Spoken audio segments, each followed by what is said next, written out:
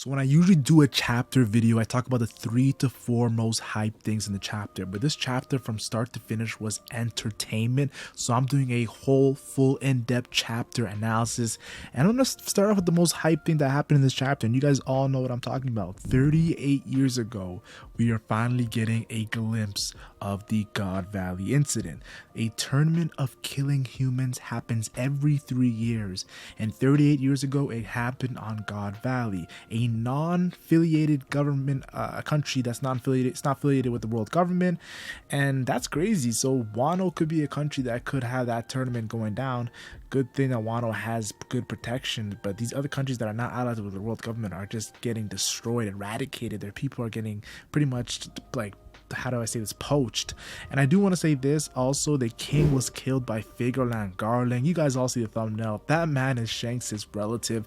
Could be his father, could be his uncle, I do not know, but it's definitely related to Shanks.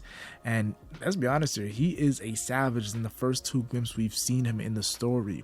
Now I do want to say this, they do say that God Valley has a high resource base, so I do think there's going to be some more lore to the island of God Valley in the West Blue where Shanks was born. And of course we do got to say that Saint Garling minus 10,000 points in the tournament, but he doesn't care because he knows he's just better than everyone that's participating in the tournament, which was I thought was very cool. And they also are about to round up problematic slaves in this version of this tournament, so we're getting closer to the event of Rox D. Zebek versus, of course, Monkey D. Garp and the legendary pirate Gold D. Roger. And I do gotta say this, Saturn looks exactly the same. Like, he literally looks exactly the same during 38 years ago. And we see, of course, the young Ivankov of the Revolutionary and another character named Ginny. They are slaves also, just like Kuma. And they pull up on Kuma when Kuma's, of course, getting destroyed by his fellow slaves because he tried to escape. And they're all gonna die because of this. And Ivankov says Kuma has giant blood in his body, and because of course that special race that got revealed in this chapter, the Buccaneer race, I'll talk about that more later. And Ivankov says, yo, I'm gonna live, so I don't know about you guys, and it pretty much is motivating them, and it makes the connection deeper from Marineford with Ivankov and Kuma, and that whole connection and that whole shock that Kuma was attacking Ivankov. It makes it deeper. And I do also gotta say this, more sad. And finally, who is that character that was beside Ivankov? Is it Jewelry Bonnie's mother? Is it Luffy's mother? I will say this, it could be Luffy's mother because Jewelry Bonnie looks to be a slave that was adopted by Kuma, but that's just me assuming. It could be Bonnie's mother because Bonnie eats meat and the character was eating meat, very savage-like, but Luffy loves meat too, and this character probably is going to be part of the Revolutionary Army with Kuma and Dragon, so it could be Luffy's mother, it could be Bonnie's mother. We just have to wait and find out who it is. And you guys know I have to talk about it. Yeah, I don't like to talk about power scaling too much, but this chapter definitely added to the power scaling base. You guys all know Jipko, I do power scaling on that channel if you guys want to check it out. But in this chapter talks about Saturn says it was longer than expected, Kizaru. And Kizaru replies, I have no excuse and I won't be able to move for a while. Those are out crazy statement by Kizaru right there. And Saturn gives him the benefit of the doubt and says, I know why, as we see a panel of Luffy all shriveled up. Now, I do want to say this honestly is a win for Luffy, not because Kizaru is not able to fight for a while. The reason why is because Luffy pretty much only got like maybe one clean punch on Kizaru that we've seen in the story. And that clean punch was also done on Kaido, and Kaido got back up from that punch. But Kizaru looks to be out from that punch. Now, it could be, this attack could be, we know Luffy did get stronger after fighting Kaido, so it's not the exact same power level punch. But I do gotta say this, I would have to give the W to Luffy, and I'll explain more in a video in the future. See that maybe in a couple days you're gonna see that video coming about talking about Kizaru. But I want to hear your guys' thoughts. Is it a tie like the Katakuri Luffy battle, but of course Kizaru gets the win because he's talking right after? Is it a win for Kizaru because he's of course talking and Luffy's just out cold, like not out cold, but he's kind of like an old person. In 32 seconds, probably he can come back to normal. Or is it a win for Luffy because Luffy got the final attack on Kizaru and Kizaru can't move for a while Luffy has a couple 30 seconds before he gets back up? I personally give the win to Luffy, but I want to hear your guys' opinion, your guys' thoughts. I know this is the final power scaling I'll do in this chapter, like in depth. Now we also see that Jewelry Bonnie is mad that Saturn killed her father. Now, we don't see it in the chapter, but it starts a flashback, and we're going to get that outcome. Just be patient. The next chapter comes out after the break week. Now, I do want to say this. He replies, Kuma, the special race, and I told you I was going to talk about it, that committed a grave crime. Now I'm thinking, what is this crime that the special race committed? And of course, Kuma is said to be the lone survivor of this race. Kind of reminds you of King of the Lunarians, and he's a lone survivor. And Kuma's race and King's race, I do think, is connected. Honestly, I want to do an in-depth video on Kuma and his race, but I feel like right now the hype is real. We even see Kuma talking about how he always wanted to be a hero, like the warrior of liberation, Nika, and dances like him and sings the drums of liberation. And it's pretty cool to see how in-depth Kuma's character has become in the story. And Bonnie says, he asked a question. Bonnie says, will Nika set me free as well? And Kuma says, of course. You know why this is so hype? Because Bonnie is literally right beside Nika, and that is Luffy, and we're about to see probably Gear 5th versus Saturn, and Bonnie gets set free because of Luffy. It's so poetic. I love it, guys. As a fan of One Piece, Oda, you are cooking. Now I want to talk about the actual flashback 47 years ago in the Sorbet Kingdom, where Kuma was born, a half buccaneer, the special race, and the doctor tried to ride out for the Kuma family, but the hospital had eyes on them, and they all became slaves. Like, their entire family becomes slaves. Kuma's mom, Kuma's buccaneer dad, and of course Kuma himself. And it's crazy. And we see Kuma as a child that has extra power, extra strength because of his special race. And the Celestial Dragon's like, wow, this guy's a kid, but he's doing amazing things. But they're also whipping Kuma, attacking him, and just abusing Kuma. And Kuma runs up to his dad, and this is very sad, and says, wow, I'm so happy to have my master. I'm like, Kuma, bro, come on. You've been born a slave. All you've known is slavery, so I get it, but still, don't be happy the abuse you're getting.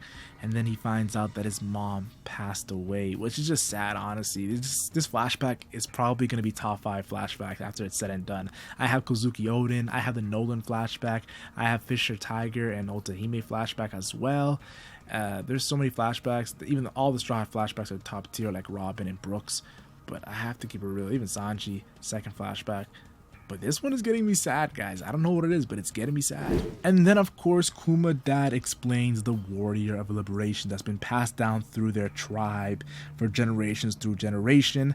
And it makes me think, that special hat we saw in, of course, Mary Jo was, that huge straw hat. Is it a buccaneer hat? Like, is that a buccaneer from the Void Century who wore that hat? Is Joy Boy from Kuma's race? And the warrior liberation, getting so much lore from Kuma, is getting me hyped. Of course, after Kuma's dad is singing and dancing like Nika, a Celestial Dragon walks in and shoots Kuma's dad just for being too loud, like casually, just for being too loud, and just shoots him, and right in front of young Kuma's eyes. And I have to admit, that was just so sad. It was just like, it was a holy shit moment. Like, what the hell's going on? This is crazy. This guy had a horrible life. And it makes me think, Kuma passing away, like, but still being alive, like, this guy, like, he wanted to die living a slavery life. It makes it more deeper. Now, of course, in the beginning of the chapter, we see the Vice Admirals panicking when Saturn gets stabbed by the World Generation Captain Bonnie. And of course, Saturn says, shut the hell up.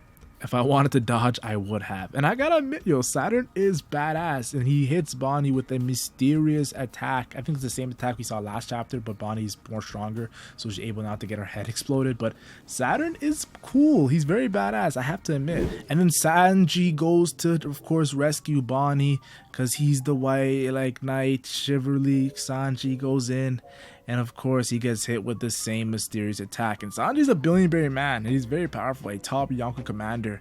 And he's coughing up blood after Saturn does this mysterious attack from his Dover ability. And Saturn's wound heals after he takes the sword out that Bonnie stabbed him with. So maybe that's why he didn't give a shit about dodging the attack. I think it has to do with the immortal surgery. I talked about how he looked exactly the same 38 years ago from the Void Century. He's probably, and him and Imusama are all the Gorseer from the Void Century. So I think that was very, very cool. In the first page of the chapter, it starts off with the low-level Marines getting away from Saturn.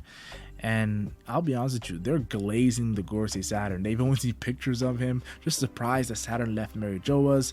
And honestly, it just makes you think, yo, what is the dynamic of the world government, Marines, the Celestial Dragons? We've seen Figarland Garling kill a Celestial Dragon, and of course, the Gorse and Imsama. crazy stuff. We also see the vice admirals try to catch Vegapunk, but Saturn says, wait, fools. So these are some top tier marines that are here. Like, they're not admirals, but they're top tier marines. They're able to be around Saturn. And he says, wait, you fools, there's no need to be haste. There's trapped, they have nowhere to run. And this guy's cocky. Saturn is very confident and cocky. Like, even the way he spoke to Kizaru, like, he literally thinks I am the strongest guy on Egghead Island. And right now, from what I'm seeing, the way he's handling Sanji, the way he's talking to Kizaru, I have to admit, this Mythical Zone beast, awakened beast, is scary. Of course, Saturn goes to finish the job that Kizaru pretty much started and tries to kill Luffy, but Frankie, yes, one of the stronger Yonko crew members of the Straw Hat Pirates, Frankie uses strong right and saves Luffy. And Saturn's impressed with the Yonko crew, saying, Luffy, you have a very strong pirate crew. And Frankie's hyped that the world leader at the top is going for his captain. He's laughing.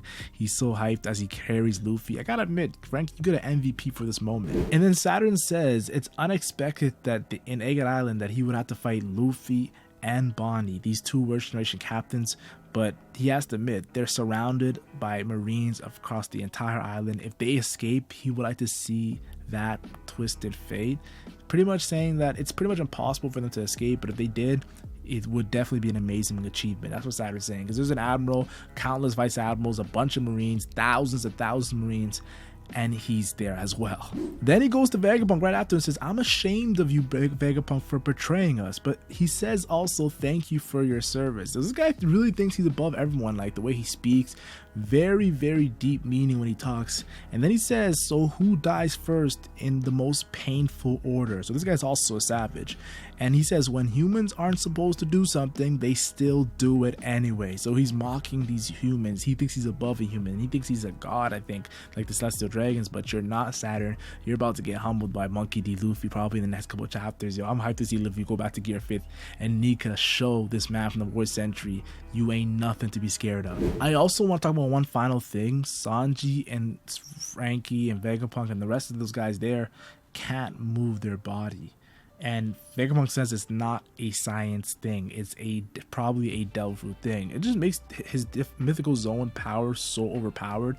We haven't even seen any crazy hockey feats from Saturn, but we're seeing probably Immortal Surgery and a crazy Mythical Zone Delphi ability that's like making Sanji of all people can't move. That's what shocked me, guys. The hype is real when it comes to Saturn and his power. And in this chapter, we got so much content. There's going to be countless videos coming out in the next couple of weeks because it's a break week. So turn on notification. Of course, guys, like the video you guys enjoyed. Subscribe to the channel, guys. One Piece is literally on fire.